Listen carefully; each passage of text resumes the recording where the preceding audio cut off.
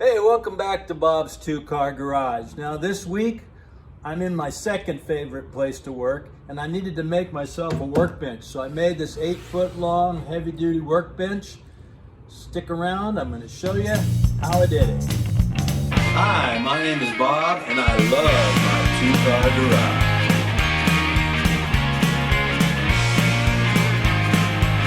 First thing I did was rip my top 23 7/8 inches wide out of my sheet of plywood.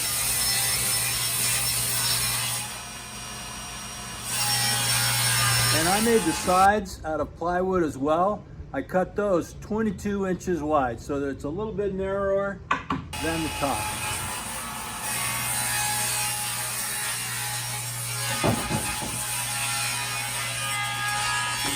Now I used 1.1 plywood to make my workbench out of.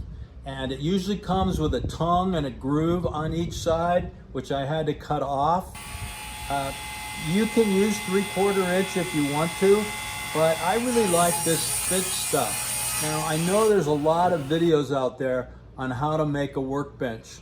And if you only get one thing from my video, I suggest that you make yourself a nice thick top. Butcher block is great, but it's expensive.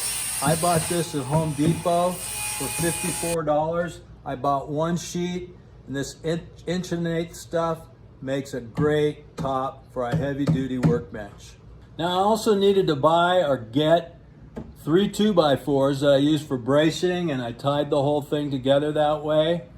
I also needed some thinner plywood. I had some 1/2 inch laying around that I used for a backsplash and for a back. If you're going to make a smaller workbench, like just a 4-foot long workbench, then you could get everything you need out of one sheet of plywood. Now once I had my sides cut to width, I cut them to length, and I cut them 32 inches long or high.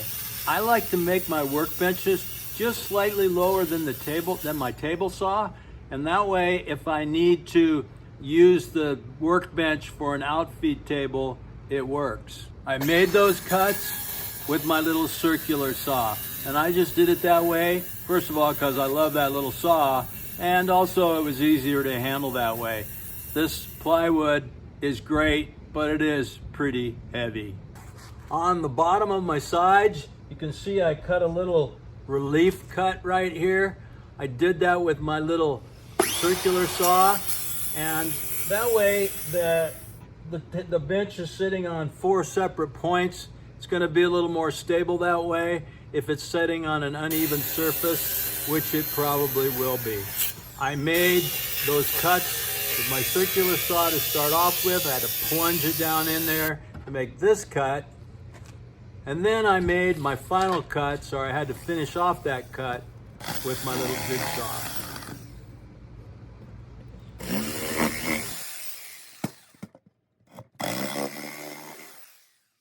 I cut this 2x4 bracing, 91 inches long. I cut 3 of them, 1 for the front and 2 in the back. And that 91 inches allowed for the width or the thickness of my sides, made the sides come in a little bit shorter than the top. About 1.5 inches actually.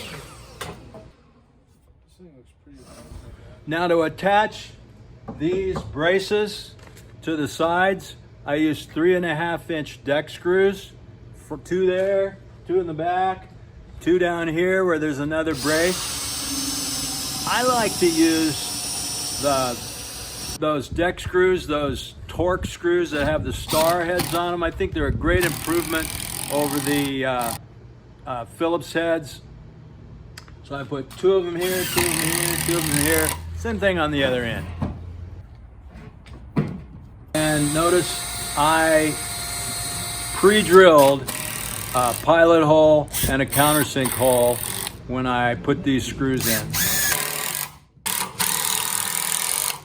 There we go.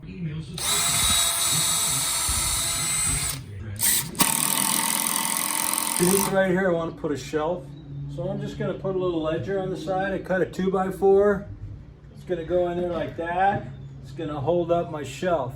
I'm going to put some 2-inch screws from the outside going in. It's going to hold this guy in place. It's going to be nice and sturdy.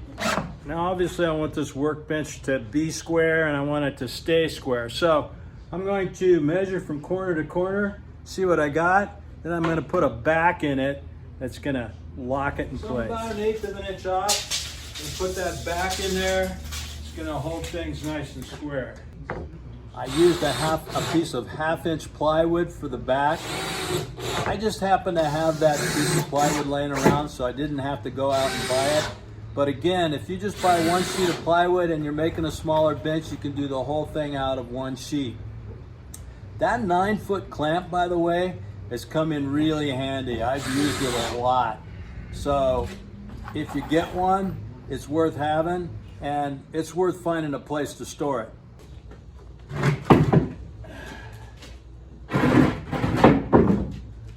That's one sturdy little workbench right there.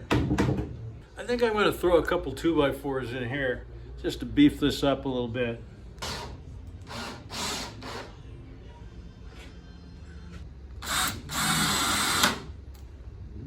Beautiful.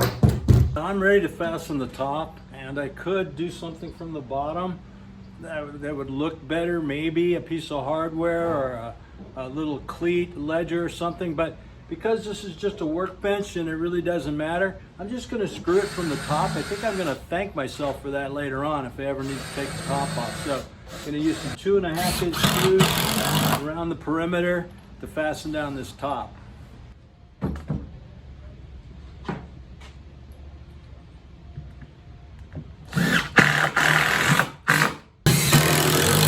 Now, because this workbench is going up against a wall and I don't want things to fall off the back when I'm using it, I added this backsplash. It's just a 1/2-inch piece of plywood again that I happen to have laying around.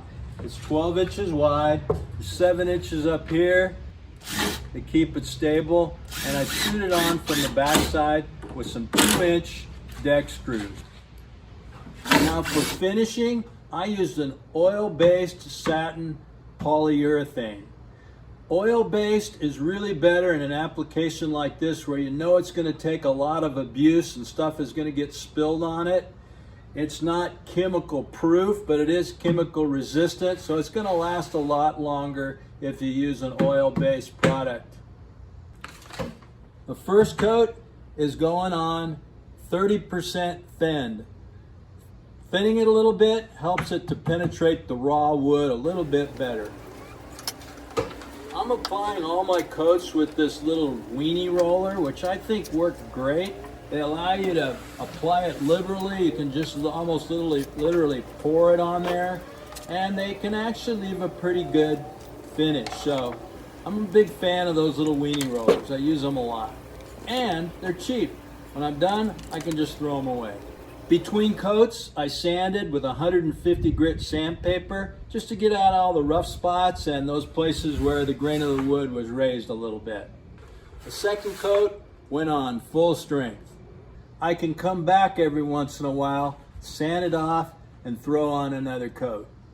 This is the same stuff that they use on the floors in gymnasiums. Now this workbench is super heavy duty. It's going to give me a lot of years of use. And I am going to add a shelf down here eventually, but I didn't want to go out right now and buy another sheet of plywood, so I'm going to wait till something comes up. I want to leave you with this proverb that says, diligent hands will rule, but laziness ends in forced labor. So let's get to work. Thanks for watching. Don't forget to like and subscribe.